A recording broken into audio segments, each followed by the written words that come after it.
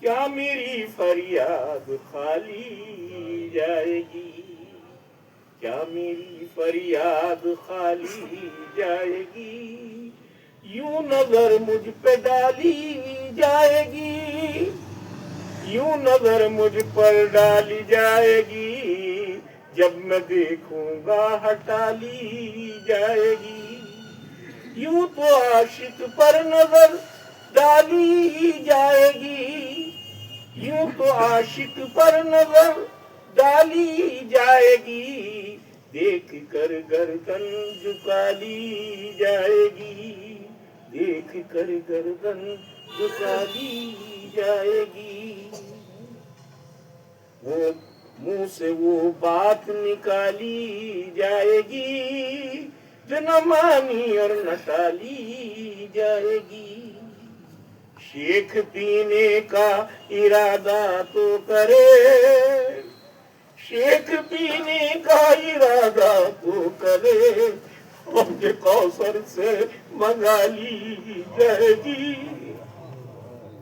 شیخ پینے کا ارادہ تو کرے، حوض کوثر سے منگا لی جائے گی۔ کیا نظر مجھ پر نہ ڈالی جائے گی؟ کیا میری فریاد خالی جائے گی؟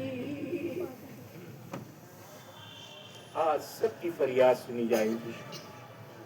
اللہ کی رحمت کی شعبان کا مہینہ ہے۔ جناب رسول اللہ صلی اللہ علیہ وسلم نے ارشاد فرمایا شعبان میرا مہینہ ہے، رمضان اللہ کا ہے۔ انشاءاللہ عزیز میری بھی دعا کریں کہ اللہ میرا بھی ایمان پر خاتمہ، کیونکہ میرے شیخ فرمایا کرتے تھے کہ جوانی کی عبادت اللہ کو بہت پسند ہے، اور میں سوچتا تھا کہ 60 سال کے بعد جب فارغ ہوں گے تو عبادت کریں گے، پتہ ہے چلا گھٹنوں میں جائیں گے، شوگر میں برباد۔ انتظار نہ کریں کسی سے، اللہ کی عبادت میں لگ جائیں، کاروبار کریں خوب، اللہ آپ کو اللہ اچھا رزق عطا فرمائے۔ دعا کریے اللهم صل على محمد وعلى آل محمد كما صليت على إبراهيم وعلى آل إبراهيم إنك حميد مجيد اللهم بارك على محمد وعلى آل محمد كما باركت على إبراهيم وعلى آل إبراهيم إنك حميد مجيد اللهم يا أرحم الراحمين يا أرحم الراحمين یا حی یا قیوم برحمتک نستغیث یا حی یا قیوم برحمتک نستغیث ربنا ظلمنا انفسنا وإن لم تغفر لنا وترحمنا لنكونن من الخاسرين ربنا آتنا في الدنيا حسنة وفي الآخرة حسنة وقنا عذاب النار وقنا عذاب القبر وقنا عذاب الحشر ربنا أتمم لنا نورنا واغفر لنا إنك على كل شيء قدير ربنا اغفر لي ولوالدي والمؤمنين يوم يقوم الحساب ربنا اغفر لي ولوالدي والمؤمنين يوم يقوم الحساب ربنا ولا تحمل علينا إصرا كما حملته على الذين من قبلنا ربنا ولا تحملنا ما لا طاقة لنا به واعف عنا واعف عنا واغفر لنا وارحمنا أنت مولانا فانصرنا على القوم الكافرين ربنا لا تزغ قلوبنا بعد إذ هديتنا وهب لنا من لدنك رحمة إنك أنت الوهاب لا إله إلا أنت سبحانك إني كنت من الظالمين فاستجبنا له ونجيناه من الغم وكذلك ننجي المؤمنين رب أني مسني الضر وأنت أرحم الراحمين وأفوض أمري إلى الله إن الله بصير بالعباد حسبنا الله ونعم الوكيل نعم المولى ونعم النصير اللهم ربي أني مغلوب فانتصر ربي أني مغلوب فانتصر ربي أني مغلوب فانتصر یا ارحم الراحمین اے میرے مالک اے ہمارے ہم آپ کی بندے ہیں میرے رب بندوں سے غلطیاں ہوتی ہیں اے میرے رب ہم سارے کے سارے آج آپ کے دل سے معافی مانگتے ہیں آپ ہماری جرائم کو معاف کر دو اے اللہ توبہ کا دروازہ تو کھلا ہوا ہے اے اللہ توبہ کا دروازہ تو کھلا ہوا ہے ہماری اس توبہ کو قبول فرما دیجیے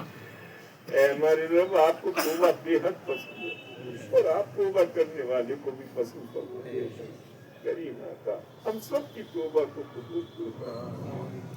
آپ ہمیں اپنے صالحین بندوں میں شامل فرما لیجیے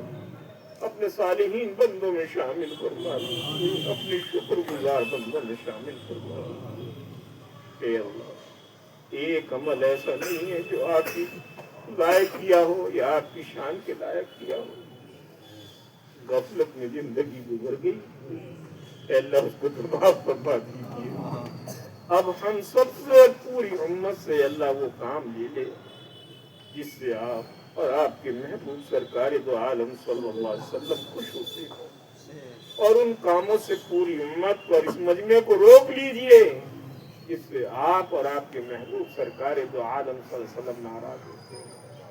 اے اللہ تو رحم کا معاملہ فرما کرم کا معاملہ فرما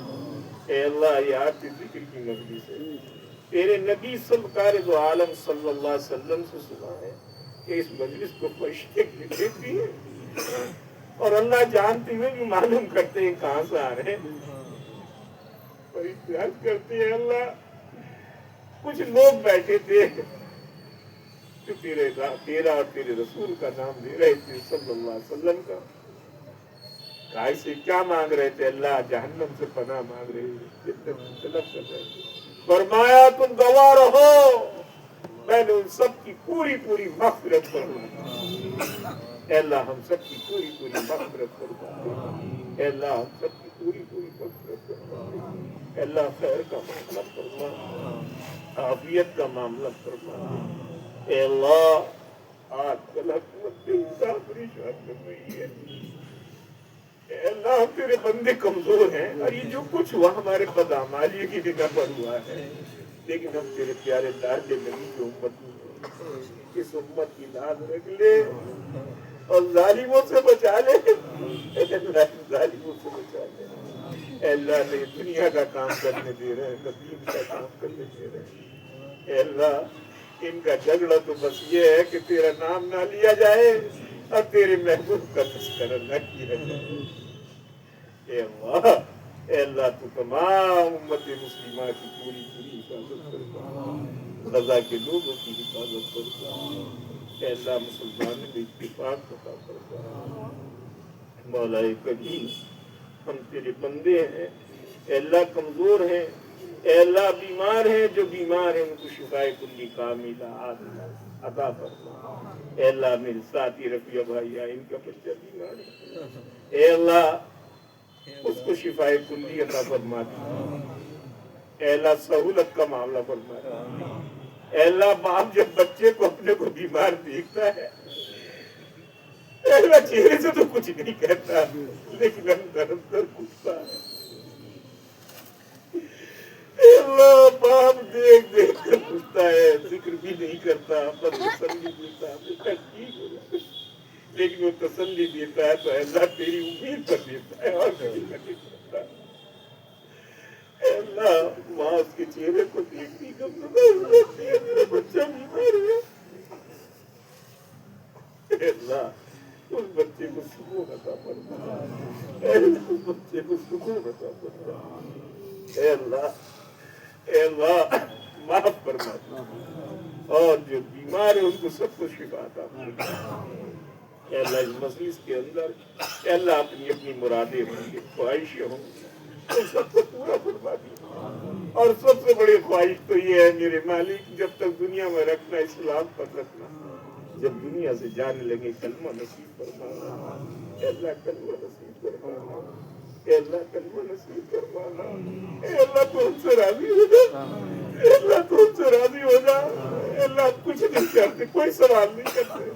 بس تو ہم سے راضی ہو جا۔ اے اللہ ہمیں پتہ نہیں کہ ہمیں اے اللہ مشرکین ستا رہے ہیں یا اور لوگ ستا رہے ہیں، اے اللہ تو راضی ہوتا تو کوئی ہماری طرف آنکھ اٹھا کر نہیں دیکھ سکتا ہے۔ اے اللہ جب تو ہم سے راضی تھا تو اے اللہ تمام دنیا ہمارے نام سے کانپتی تھی، اے اللہ تو سنت کی حفاظت فرما دے۔ اے اللہ یہ تیرے نبی کی امت ہے، اے اللہ تیرے لاڈلے پیارے محمد رسول اللہ صلی اللہ علیہ وسلم کی امت ہے، اے اللہ اس امت پر رحم فرما، اے اللہ تبلیغ والوں کو کام نہیں کرنے دے رہے، اے اللہ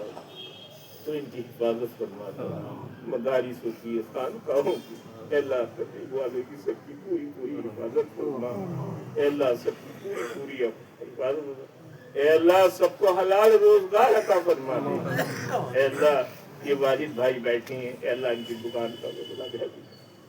اے اللہ ان کو اپنی دکان کرا دے، تیرے لیے کوئی مشکل نہیں ہے،